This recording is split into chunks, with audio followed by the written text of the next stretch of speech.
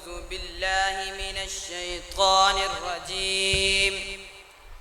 بسم الله الرحمن الرحيم.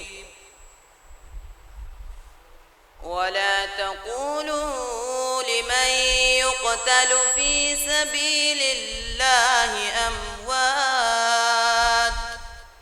بل أحياء ولكن لا تشعرون.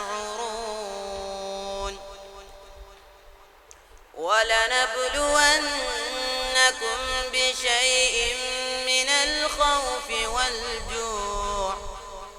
الخوف والجوع ونقص من الأموال والأنفس والثمرات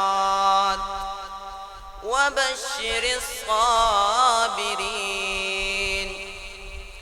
الذين إذا أصابتهم